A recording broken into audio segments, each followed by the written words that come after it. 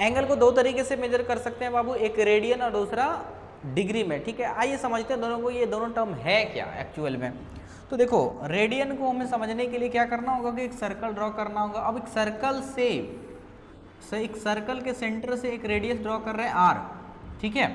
अब क्या करना है बाबू, अब हमें ये करना है कि जितना ये वाला हमने लिया, मतलब जितना रेडियस लिया है उसी सेम लेंथ का एक हम लोग आर्क ले ले रहे हैं, उसी सेम लेंथ का हम लोग क्या ले रहे हैं, आर्क। अब जितना लेंथ मिला वहाँ से एक लाइन को मिला दीजिए।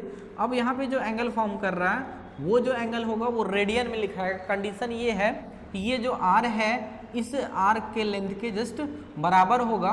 तो मान लो यहाँ पे अगर हम लोग थीटा लिख रहे हैं तो ये लिखा है थीटा रेडियन। क्लियर है बच्चों। तो यहाँ पे जो है ये थीटा निकल के आया वो कितना होगा, 1 रेडियन, क्योंकि अगर ये एक है तो ये भी एक, तो ये भी कितना होगा, 1 होगा।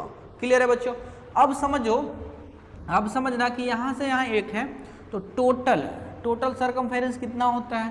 तो आप कहोगे कि सर ये 2 पाई आर होता है। कितना होता है बाबू, 2 पाई आर होता है।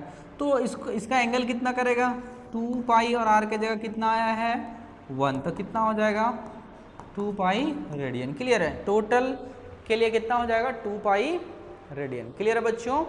चलिए अब हम लोग समझते हैं डिग्री को। अब हम लोग समझते हैं डिग्री को। तो समझना जरा सा डिग्री को समझते हैं। तो डिग्री क्या है बेसिकली हम लोग देखते हैं। ये हमारा अगर इनिशियल साइड है, इसके बारे में कॉन्सेप्ट, इसका कॉन्सेप्ट हम पहले बता चुके हैं। ये इनिशियल साइड है। इनिशियल साइड को टर्मिनल साइड तक रोटेट करने में जो एंगल फॉर्म करेगा दैट इज वो डिग्री में लिखाएगा। जैसे मान लो ये इनिशियल है, इसको उठा करके यहाँ ले आए, ये मान लो कितना है 90, और ये जो लिखाएगा वो डिग्री में लिखाएगा। अब ये वाला, यही वाला जो है वो उठा करके ले आए कहाँ पे, यहाँ पे, यानी कि ये वाला कितना फॉर्म किया तो ये कहेगा 180। अब उसी को उठा करके लेके यहाँ आ गए तो ये कितना फॉर्म करेगा, तो ये करेगा 270। फिर इस चीज़ को यहाँ से उठा कर ले गए तो कंप्लीट ये कितना कर लेगा, तो ये करेगा कितना बाबू 360। क्लियर है, कितना कर लेगा 360। आई होप आपको चीज़ें बहुत अच्छे से समझ में आया होगा।